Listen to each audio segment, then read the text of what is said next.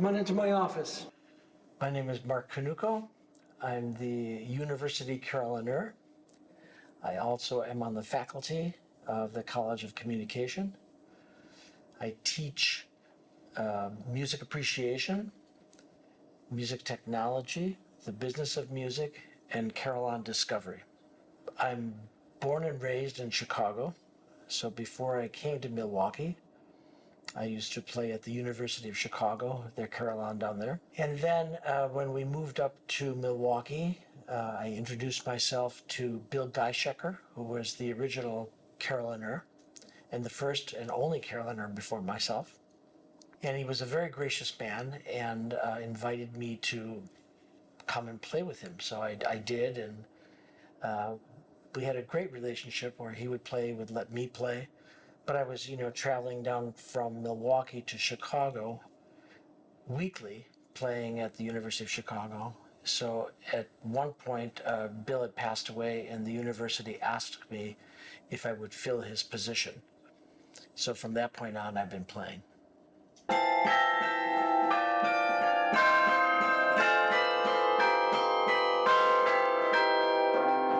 So the design of the instrument is very European, in that you've got all the lower bells at the bottom, and then we're going up into that little room that's called the playing chamber, and then above the playing chamber are all the smaller bells.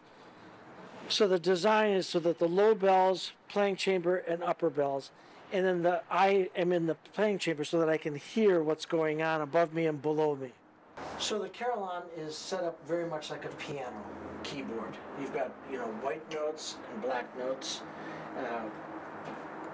You play those with your hands up in this area. I only have two hands, so that when they run out of hands, you use your feet. And the feet kick in right at this middle C here. So I can activate this from here or from the pedal.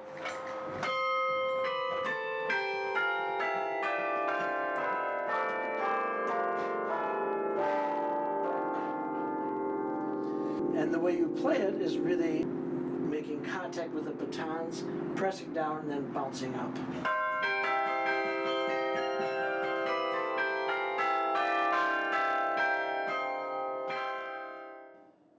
The first time I heard a carillon being played was by my organ teacher. I was doing a class with him on organ performance.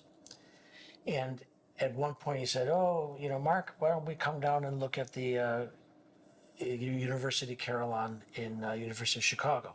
And at that time I was like, do I have to do this? So I did.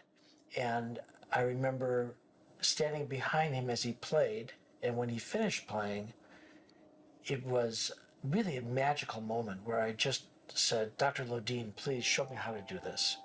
So my initial training was with him. And then after a couple of years of working with him, he sent me to a master class at the University of Michigan, where people from the University of Utrecht School of Carillon were doing a master class. So I played for them, and they liked what I was doing, and they said, why don't you come and, play with us and study with us? So I did, and did some further studies in the Netherlands, with Todd Fair as my professor, and then also working with other professors, studying composition, how to arrange music for the carillon, and really playing on many different instruments.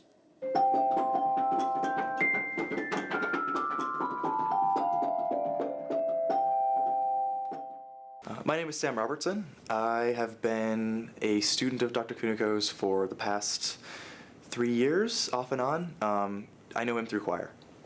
As a professor, Dr. Konewko likes to put a lot of responsibility on the students. He holds them to a very high standard, so a lot of the teaching that he provides is just instruction for students to then learn on their own and help each other out and kind of boost each other in that environment that he creates. He took 5 of us up and he said, hey, do you want to see what the bells looks like? Do you want to actually get the chance to play? So he gave me the chance to kind of play the bells and hit the hammers. Because it's different than a piano, you have to kind of hit it with a fist. So it was a really cool opportunity to get the chance to see what he does and what he's so passionate about.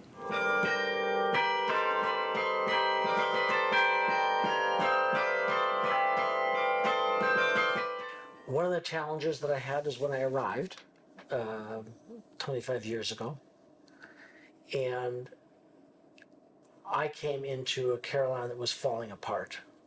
Physically, there was water pouring in on it, it was freezing, the trackers were bent, the console itself was just warped. So the challenge was to really say, what do we do with this? So I went and spoke with my supervisors and told them the situation. In the wisdom of Marquette, they decided to reinvest in the instrument.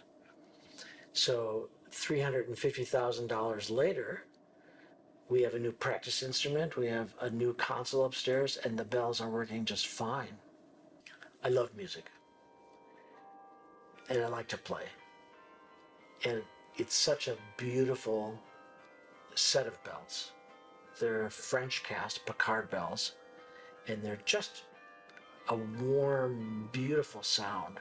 So it's a real pleasure to play and really to let people hear music coming from these bells from the tower.